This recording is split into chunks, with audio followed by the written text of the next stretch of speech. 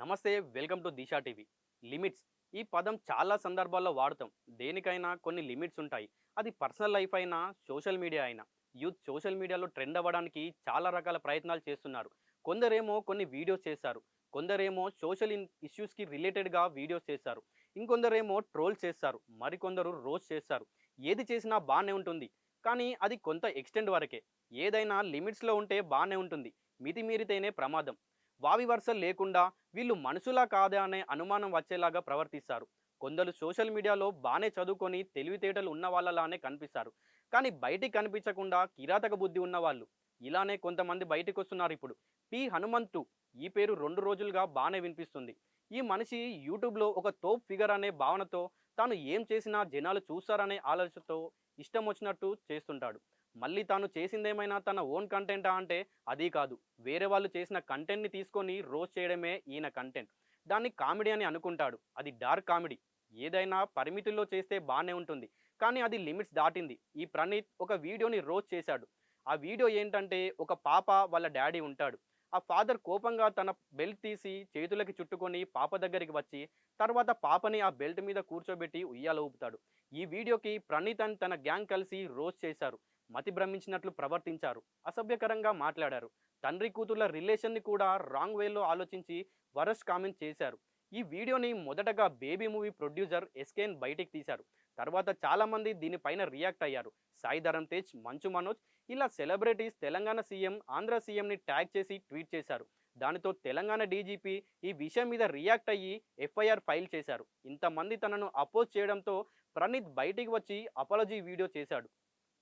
అది పేరుకి మాత్రమే అపాలజీ వీడియో. తన ఇంటెన్షన్లో ఏమాత్రం బాధ, భయం కనిపించలేదు.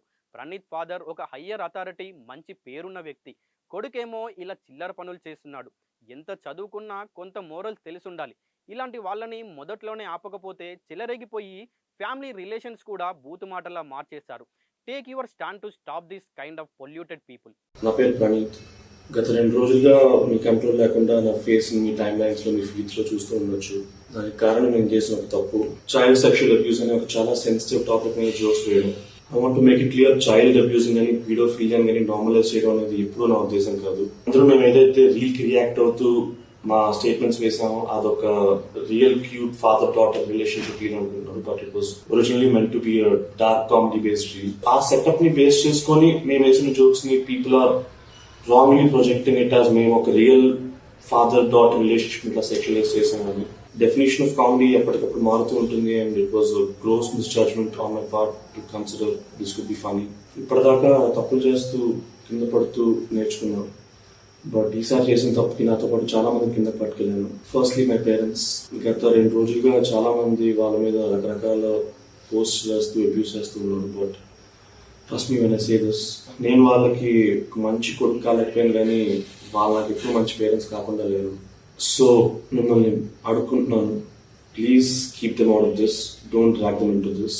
I take full responsibility for my joke and its consequences, and in matter I'm willing to cooperate with the law to do its duty. I'm unconditionally very sorry for cracking a joke like this, and I'm very sorry for everybody who's triggered and offended by the joke.